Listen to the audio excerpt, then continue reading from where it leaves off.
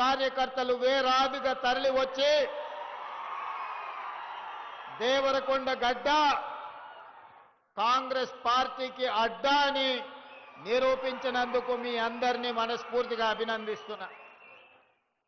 మిత్రులారా, సరిగ్గా 2 సంవత్సరాల క్రితం డిసెంబర్ మాసం 2023 నాడు మీ ఓటుని ఆయుధంగా మార్చి 10 సంవత్సరాలు తెలంగాణ ప్రజల్ని పట్టి పీడించి ఘడీల పాలనను రుచి చూపించిన విర్రవీగుతున్న నాయకులను మీ ఓటు అనే ఆయుధంతోని గడీలను కుప్పకూల్చి ప్రజా పాలనను ఇందిరమ్మ రాజ్యాన్ని తెచ్చుకొని మనం 2 సంవత్సరాలు పూర్తి చేసుకొని ఆ 2 సంవత్సరాల విజయోత్సవ సభను ఈనాడు దేవరకొండ శాసనసభ నియోజకవర్గంలో మనం ఏర్పాటు చేసుకున్నాం.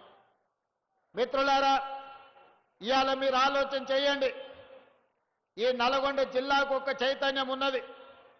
ఈ నల్గొండ జిల్లాకు, ఈ ప్రాంత గాలికి నీరుకు ఒక పోరాట పౌరుషం ఉన్నది.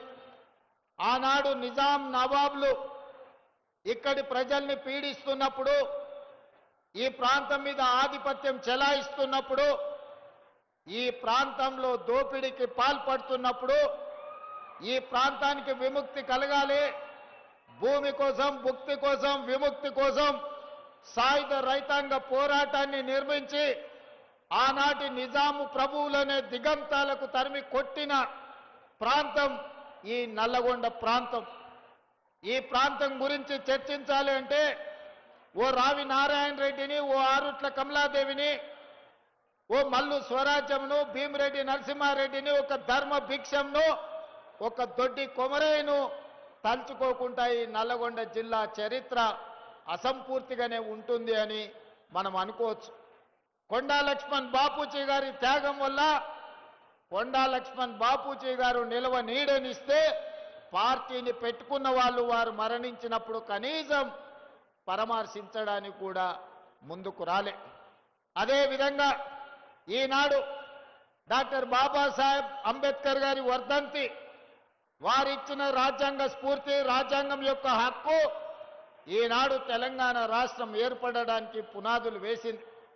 శ్రీమతి సోనియా గాంధీ గారి త్యాగం, డాక్టర్ బాబాసాహెబ్ అంబేద్కర్ గారు ఇచ్చిన స్ఫూర్తి, ఆర్టికల్ 3 ప్రకారం ఈనాడు మనం తెలంగాణ రాష్ట్రాన్ని ఏర్పాటు చేసుకున్నాం. వాళ్ళందరి స్ఫూర్తితోనే, శ్రీమతి సోనియా గాంధీ గారి ఆశీర్వాదంతో, డాక్టర్ బాబాసాహెబ్ అంబేద్కర్ గారి స్ఫూర్తితో ఈనాడు ప్రజాపాలన ఇందిరమ్మ రాజ్యంలో మనం సంక్షేమము, అభివృద్ధిని 2 కళ్ళలాగా భావించి ఈనాడు ముందుకు వెళ్తున్నాం. మిత్రులారా, ఇప్పటి దగ్గర పెద్దలు ఉత్తమ్ కుమార్ రెడ్డి గారు చెప్పిండ్రు, ఆనాడు 10 సంవత్సరాల పాలనలో ఏ పేదవాడికి కూడా రేషన్ కార్డు ఇవ్వాలి, పెళ్ళైన కోడలు ఇంటికొస్తే కనీసం ఆ కోడలు పేరు ఇంటి రేషన్ కార్డులో చేర్చాలన్న సోయి గత ప్రభుత్వానికి లేకుండే. తల్లిగారింటి నుంచి అత్తగారింటికి వచ్చినప్పుడు భూమి లేకపోయినా, ఇల్లు లేకపోయినా ఆ పేదవాళ్లకు, ముఖ్యంగా గిరిజన ఆడబిడ్డలకు రేషన్ కార్డులో పేరుంటే ఆ కుటుంబ సభ్యురాలు అయినట్టుగా గుర్తింపు ఉండేది. కానీ ఆనాటి ప్రభుత్వం 10 సంవత్సరాలు ప్రజలు చెప్పులు అరిగేలా తిరిగినా పేదలకు రేషన్ కార్డు ఇవ్వాలన్న ఆలోచన చేయలేదు. కానీ అదే మన ప్రభుత్వం వచ్చిన తర్వాత, ఉత్తమ్ కుమార్ రెడ్డి గారు మంత్రిగా బాధ్యతలు చేపట్టిన తర్వాత తెలంగాణ రాష్ట్రంలో నలుమూలల నుంచి, తండాలలో, గూడాలలో, మారుమూల పల్లెల్లో ఏ పేదవారు ముందుకు వచ్చినా ప్రతి వారికి రేషన్ కార్డు ఇవ్వడమే కాకుండా ఉన్న రేషన్ కార్డులో కూడా కొత్త పేర్లను నమోదు చేసి ఈనాడు వాళ్ళ ఆత్మ గౌరవాన్ని నిలబెట్టడం జరిగింది.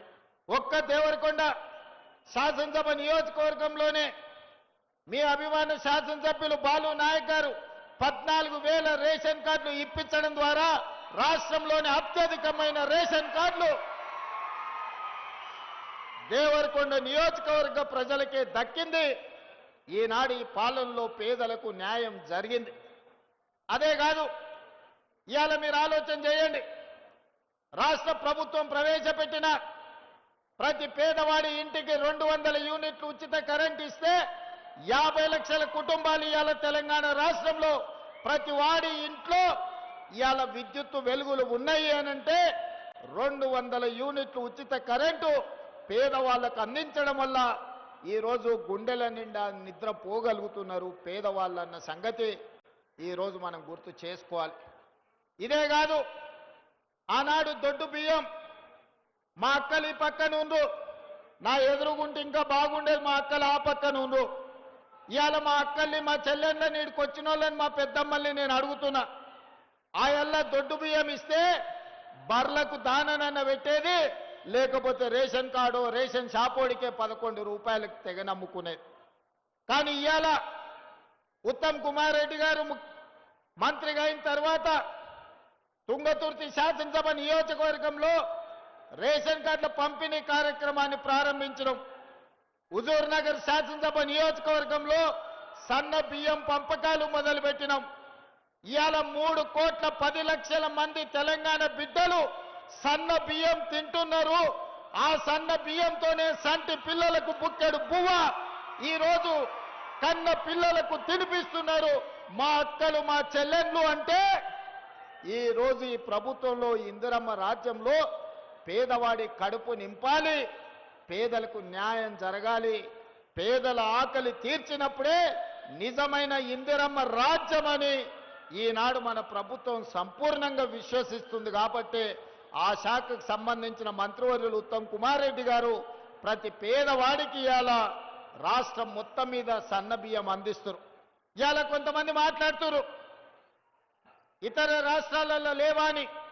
నేను సూటిగా సవాలు విసురుతున్న మాట్లాడే వాళ్లకు, భారతదేశంలో గుజరాత్ కావచ్చు, ఉత్తరప్రదేశ్ కావచ్చు, మధ్యప్రదేశ్ కావచ్చు, రాజస్థాన్ కావచ్చు, నరేంద్ర మోడీ గారి పరిపాలన ఉన్న ఏ రాష్ట్రంలో అయినా నేను సవాలు విసురుతున్నా, మా తెలంగాణ రాష్ట్రంలో మేమే సన్న బియ్యం ఇస్తున్నాం తప్ప నరేంద్ర మోడీ పరిపాలించే గుజరాత్లో కూడా పేదలకు సన్న బియ్యం రావడం లేదు.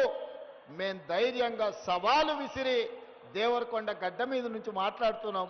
ఇవాళ పేదల్ని మా కుటుంబ సభ్యులుగా భావించి మా కుటుంబాలలో తింటున్న సన్న బియ్యమే ఈ వేదిక మీద ఉన్న పెద్దలు ఏ సన్న బియ్యం తింటుండ్రో 4 కోట్ల తెలంగాణ ప్రజలకి ఈనాడు సన్న బియ్యం ఇవ్వడం ద్వారా వాళ్ళ ఆత్మ గౌరవాన్ని నిలబెట్టి దేశానికే మనం ఇవాళ ఆదర్శంగా నిలబడ్డమన్న సంగతి నేను ఈరోజు తెలియజేయదలుచుకున్నా. ఇదే కాదు మిత్రులారా, ఆనాడు ఇందిరమ్మ రాజ్యంలో డాక్టర్ వైఎస్ రాజశేఖర రెడ్డి గారు ముఖ్యమంత్రిగా ఉన్నప్పుడు 2004 నుంచి 2014 వరకు 10 సంవత్సరాలలో తెలంగాణ రాష్ట్రంలో మారుమూల ప్రాంతాలలో, లంబాడి తాండాలలో, ఆదివాసి గూడాలలో పేదవాళ్లకు 25 లక్షల ఇందిరమ్మ ఇండ్లు ఇచ్చి నిలవ నీడలేని పేదవాడికి ఆత్మ గౌరవం పెంచడానికి ఆనాడు 25 లక్షల ఇందిరమ్మ ఇండ్లు ఇచ్చారు. మరి తెలంగాణ రాష్ట్రం వస్తే డబుల్ బెడ్రూమ్ ఇండ్లు ఇస్తా అని ఆనాడు నమ్మబలికిండు ఒక ఆయన. ఇవాళ నేను అడుగుతున్నా, దేవరకొండ నలుమూలల నుంచి 40-50 వేల మంది ఈడున్నారు. ఈడున్నోళ్ళకి ఎవరికైనా డబుల్ బెడ్రూమ్ ఇండ్లు